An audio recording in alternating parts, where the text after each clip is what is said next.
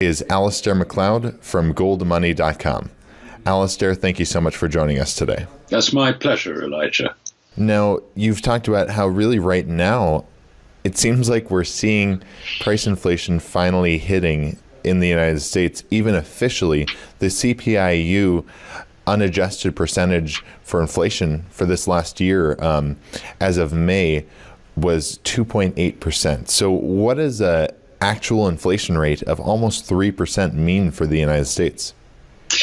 Well, I think it's a bit worse than that, because the first thing I should say is that we can talk generally about the general level of prices and whether that general level is rising or falling as a consequence of changes in the desire to hold money amongst consumers and also the quantity of money that's being injected into the economy. We can talk all about that in general terms, but you cannot measure the general level of prices. With the best will in the world, the things that you buy are different from the things I buy. You have a different level of prices and changes from what I have. If you go out to smart restaurants more than me, you probably find your cost of living is rising faster than mine, and vice versa. So that's the first thing I think we have to say. Now, when you can understand that, you can understand that it is perfectly possible for anyone to come up with almost any level of price inflation by just constructing the index in such a manner as to show what they want. And this is the point which has been made for a long time by John Williams at Shadow Stats, and he runs two, if you like, sort of price inflation calculations, one based on the methods that go back to 1980 and the other going back to, I think, about 1990 or 1992. Now, the point about the 1980 figure is that is now showing a rate of price inflation of over 10% and increasing. Now, so this actually, what do we believe? Do we believe 2.8% or do we believe 10% or 10.5%? And then you look at the Chapwood Index, which is done, I think, half yearly from memory, and that shows, again, it rather confirms John Williams' statistics, because that is done on a number of urban areas, and each one is listed separately. You can go to the website, and you'll find that there again, most of the cities, most of the urban areas in America are reflecting a rate of price inflation for commonly bought goods, and that is the difference between the Chapwood Index and the CPI-U. And that confirms that prices are rising at around about 10%. So, I mean, the point about that is that if you have inflation rising at 10%, you have to ask how much do you deflate the nominal GDP figure? And if you're going to deflate it by anything close to that 10% level, then actually what you're seeing is a transfer of wealth from the private sector into the public sector. By that I mean government, and also into the banks, and also into the banks' first, favored customers for whom they create credit. Transfer of wealth from lenders to borrowers, savers to the profligate, if you like. These are distortions which inhibit an economy. And if you turned around and said, well, does this indicate that the economy has been in continual recession for the last 15 to 20 years? I'd say yes. You were talking about earlier in this interview that the Fed probably won't raise interest rates anytime soon, but you've also talked about, because we're seeing inflation right now, they will have to eventually raise interest rates. Yes, that's true. We're living in a slightly sort of Kafkaesque world insofar as I can describe the situation in sensible economic terms. I can also describe the situation in terms of how the Fed sees it and how they're likely to react to the inflation numbers and other numbers, unemployment numbers, which, note, they don't produce. They rely on another government department to produce. So it's not their fault if the numbers are wrong. But what they do is they use those numbers and they use their judgment on top of those numbers. And you can see that, all this chat about CPI-U is up 2.8%. That's above target by 0.8%. But if the economy is slowing, then the answer is we can just put off any action to correct that rise in prices or that trend of rising prices for the moment. And that's the sort of situation we're in. It is a bizarre world where monetary policy is cast on the basis of statistics which are completely misleading. And it misleads everybody. I mean, if you go into Wall Street, everybody believes the rate of inflation is 2.8%. Ask them personally, what do you think the rate of inflation is? How you find your cost of living? Oh, God, it's going up and up and up, But they don't make the connection. They really just don't make the connection that actually the numbers that are presented to the Fed are, and there's no other word for this, lies, statistics and damned lies. So you talked about in that article that really the idea of an inflation rate to begin with, like an overall inflation rate, doesn't really make any sense. And if you boil it down just to one number, it's not very useful for most people. Yes, I think that's absolutely right. I mean, apart from anything else, an inflation index trying to replicate the general level of prices is history. I mean, it's based on figures which are 2, 3, 4, 5 months out of date. And there is no way of knowing what you and I are actually going to be buying tomorrow, let alone what we bought today. That's not yet reflected in any figures, and it probably won't be adjusted for some considerable time anyway. So actually what we're talking about is a statistical construction which is just reporting something historical. And actually, unless we have absolutely no economic progress, no economic evolution whatsoever, it is completely irrelevant to today. So from that point of view, the whole thing is a complete nonsense. And in fact, we come back to this basic point, and that is that the Austrians have quite clearly shown, by the Austrians I mean the Austrian economists, have quite clearly shown that because the economy progresses, because it changes, it evolves, it is completely inappropriate to take historical numbers, however accurate or inaccurate they may be, and use that to define the state of the economy. It doesn't. All it does is it defines the amount of money that's been spent between point A and point B in time. And this is also another thing about GDP. People think that GDP represents something called economic growth. It doesn't. It actually represents growth in the quantity of money being deployed in buying the things that are in the statistic that they include within GDP. Yeah, it's actually completely meaningless in terms of an indicator of economic progress and an improvement of our economic condition. I mean, let's put it another way. If you go back to the Weimar inflation, 1920 to 1923, now at that time GDP hadn't been invented. That actually came nearly 2 decades later. But just imagine what GDP would have shown. It would have shown the economy roaring. But one thing it wouldn't have shown was the currency collapsing. Because sure enough, if you did the adjustment, let's say, it would take real GDP by taking out prices. Well, the first thing is whose prices? As we've seen with Venezuela and Argentina, the government prices are lies, absolute lies. In the same way as they are, I'm afraid, in America and also in Europe. It's just we lie less strongly. But the more the rate of inflation, the bigger the lie.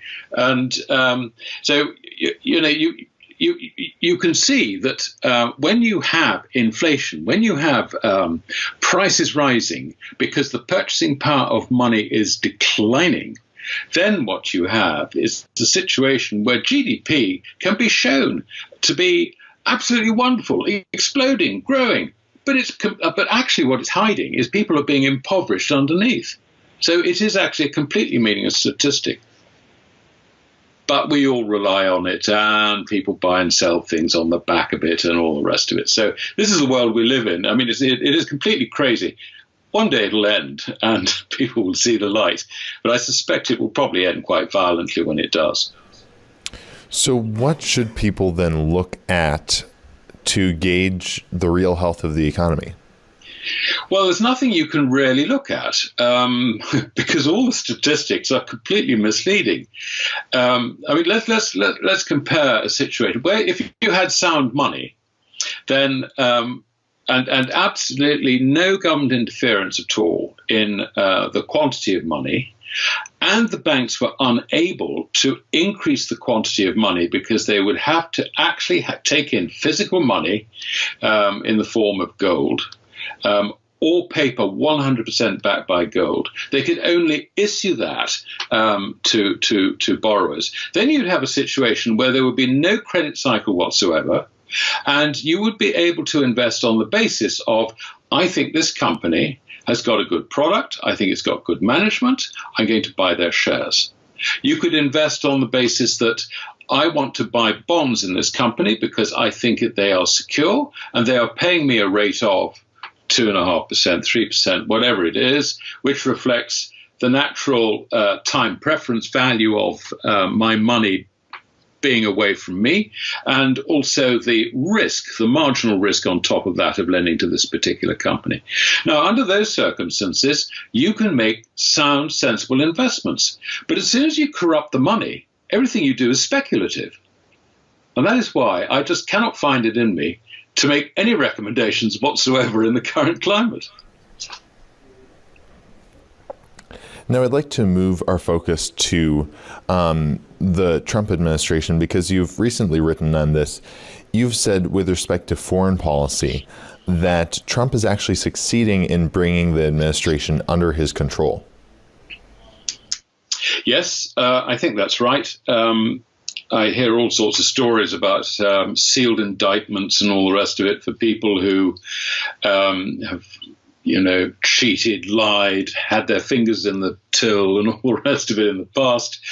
And I think these people who Trump basically has now got on top of are the deep state, quite a lot of the Democratic Party, the people who have really benefited from having decades of assumed right to government, which is actually what happens. Democracy is meant to get rid of this, but it hasn't in the case of America. It hasn't over here either. But anyway, the whole point behind this is that Trump, I think, has managed to get control over the deep state. He is getting rid of the people in the deep state by threatening them with legal action. Quite a few of them are resigning. He is putting people in who he reckons, whether it's right or wrong is not for me to say, who he reckons are going to be more responsible, which probably means more responsible to him. And he has now effectively got control over, I think, the situation domestically in America, which is terribly important because you've got midterm elections coming up later on this year. Now, I suspect that he is going to ratchet up the news on the guys who are stupid enough not to back off and are still in office, still there, fiddling the books, doing whatever, taking bribes is too strong a word, but if you like, benefiting from lobbying on behalf of banks or lobbying on behalf of industry or whatever it might be. There are lots of those people who Trump can attack. And guess what? His voter base in middle America, this is what they voted to get rid of. This is what Trump promised to get rid of. And there's a lot of naivety in this, let's face it. But I can see that this is likely to drive his domestic politics. On the international scene, he's now managed to can all this ridiculous stuff about conspiracy with Putin before he got elected, to the point where he's now going over and he's going to do exactly what he promised to do in his election manifesto. He's going to stop all this money being spent abroad. He's going to get Germany and Spain and Italy to up the amount of money they pay on NATO. Otherwise, they can go and take a running jump. And guess what? He's going to go and talk to Vladimir Putin. Now, he needs to do that because I think he's changing the world from this is my enemy to this is someone I've got to work with. And I think that's desperately important, and I think we should all support that. How it'll work out, obviously, we don't know. But he has overturned the whole of the American diplomatic ethos, if you like, the whole of the deep state's approach towards Russia and China, which has been antagonistic. Now, he's antagonistic with China on trade, but really what he's trying to do is he's trying to get the best trade position for America. Now, we can argue whether he's doing it the right way or the wrong way, but that basically is what he's trying to do. And I think that is an honest motive. So, yeah, I mean, this is very, very different. And this is very interesting because here we are in Europe. We're still behaving just like America did under the Democrats, under the the Obamas, the Bushes, the Clintons, and all the rest of it. The people in Brussels feel they've got a God-given right to rule us. And they have lovely lunches, dinners, and all the rest of it goes with it. And they are completely untouchable. We have this in Britain with Brexit. I know this is a subject you want to come on to, but, we had at Chequers, which is the Prime Minister's country residence, she forced her cabinet to accept the establishment view of Brexit, which is not Brexit at all. It is continuing, if you like, with some changes in the arrangement, but we are a vassal state. Or, as Boris Johnson described it, we will remain a colony of the EU. So this situation, I mean, we have got here what Trump has managed to make good progress in getting rid of in Washington. And I think that's a very fascinating thing. He's going to come over here. He's going to meet Mrs. May. And he's already, I think, sort of a bit pissed off with her, if I can use that phrase. He's not allowed to see his friend Nigel Farage. That's definitely on the no-no list as far as the British are concerned. It'll be interesting to see whether he meets Boris Johnson, for whom he has a fairly high regard. But you've got the sort of news management which is fake news as far as Trump is concerned. I mean, is he going to waste much time with Theresa May? I don't think so.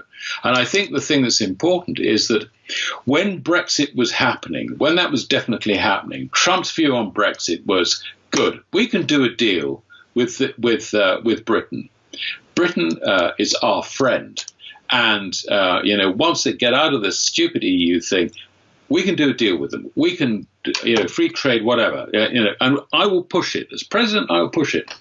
Now we're in a situation where we're not going to be able to do that deal, or they will be so conditioned by rules and regulations imposed on us from Brussels. This is if Mrs. May's plan goes through, that he's going to say, forget it. This option is no longer open. And that, I think, is going to come out of his visit to us, which is from Friday. He's flying over to NATO at the moment to tell them there. And, of course, everybody's shaking in their boots because they think, God, America's not going to, they're going to take money out and they're going to make us pay more. I mean, wait, what do we do?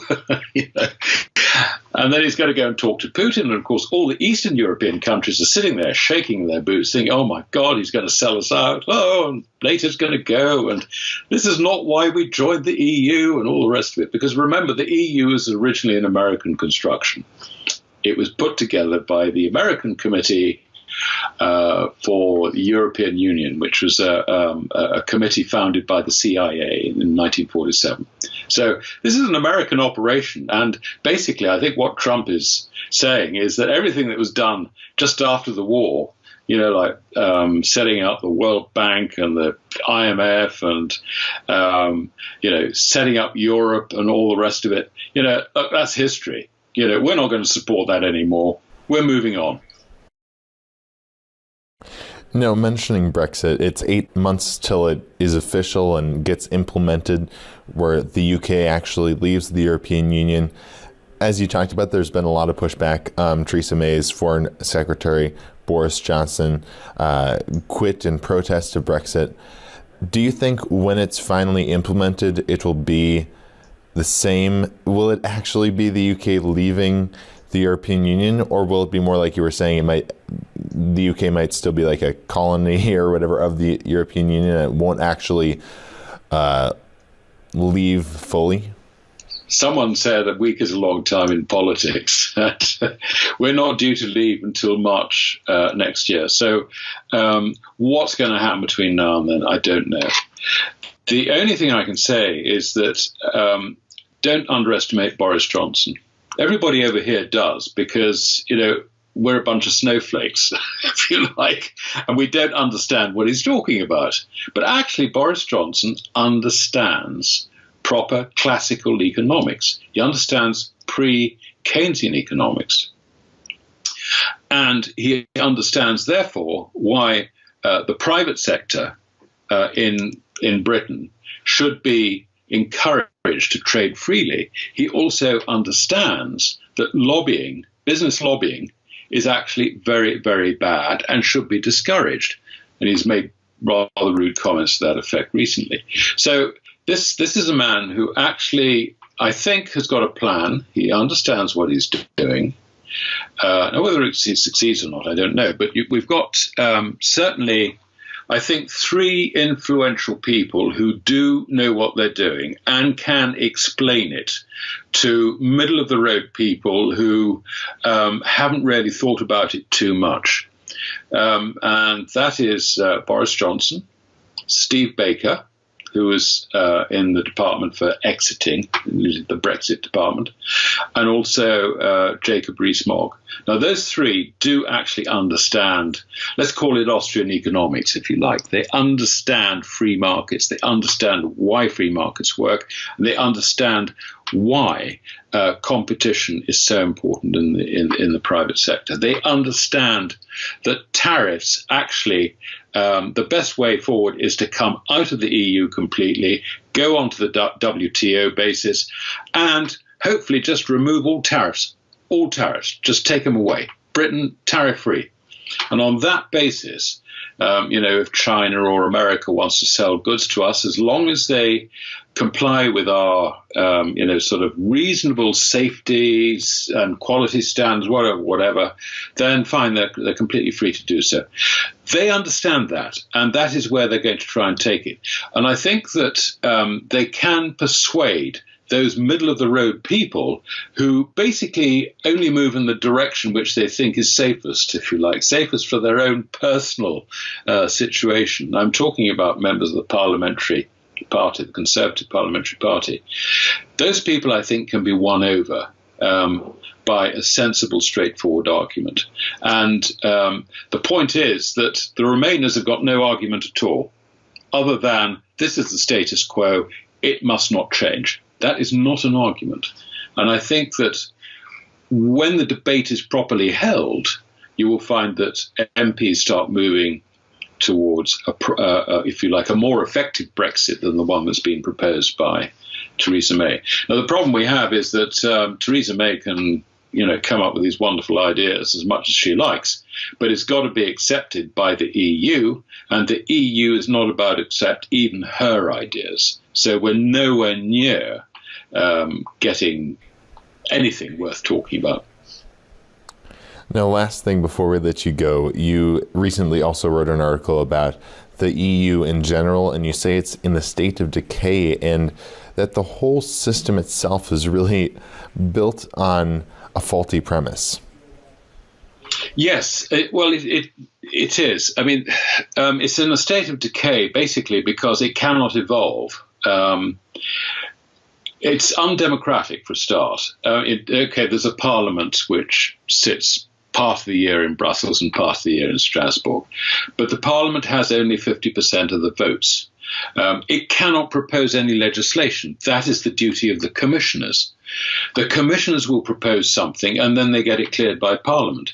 Now, given that they've only got, the Parliament has 50% of the votes, all you need is one supporter in Parliament and the commissioner's got his majority. So this is not democracy at all. And this is why their attitude is that when you have a referendum, if the referendum produces the wrong result, have another referendum until you get it right. That's their approach. Now, if you have a proper democracy, then at least the situation evolves. Your institutions evolve. They have to evolve because it has to keep up with what the public want. If you don't have democracy, it doesn't evolve. And so we have this situation now, really, where the ECB in particular has allowed huge great imbalances to build up between the various national central banks. So in very round terms, the Bundesbank is owed roughly 1 trillion euros by all the other national central banks, and also, incidentally, by the ECB itself. Now, that's fine so long as you believe that this static organization can never change. Well, one day it will change, but when it does, it'll change with a bang. I mean, Greece they sat on very effectively, but that was a very small country. Italy is not so small. Italy is bust, the government is bust, it needs money, the banks are basically insolvent. Can you sweep that under the carpet? Yeah, probably. You can continue to do that. And this is the point. When a crisis hits, and I mean a proper crisis, a credit crisis, which is beyond the control of the central banks because it is created by the central banks, by their earlier actions, then the whole system is likely to fall apart. And it's going to be very interesting watching what happens to the euro after the next credit crisis, because it has effectively been fatally undermined by the creation of its own institutions. And the other thing about money is that the longer money has been around, the more credibility it has. The euro has only been around really since the turn of the century. It didn't even have the backing of any gold or anything like that. Its only backing were the earlier currencies, some of which were highly inflationary.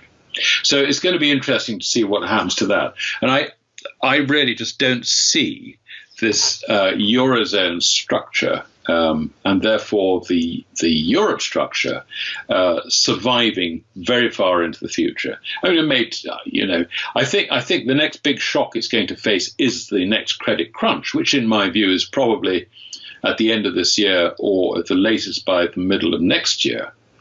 Really, because there isn't much room to raise interest rates before, that huge, great mountain of debt, whether it's in America or in Britain or Japan or the Eurozone, before that collapses. So, we've got very, very little headroom, and I really do think it's not going to